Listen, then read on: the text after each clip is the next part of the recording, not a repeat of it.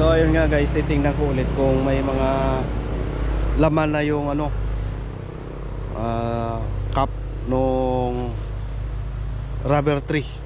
So ayun nga guys, meron na. Kailangan mapuno to. Ayan oh.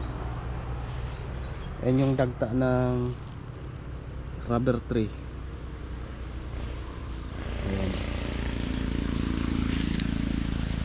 So, papatuyuin yan. Pag matuyo na yan, saka yan ipatimbang pa kilo. Ayan oh.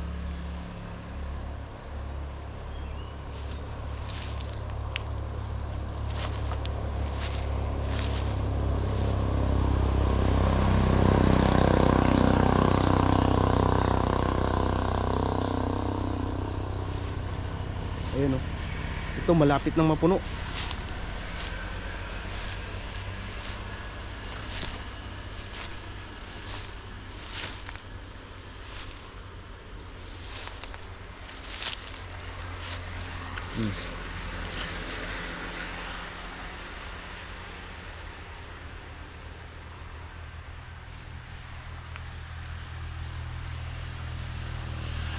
Bye bye guys and God bless sa ating lahat.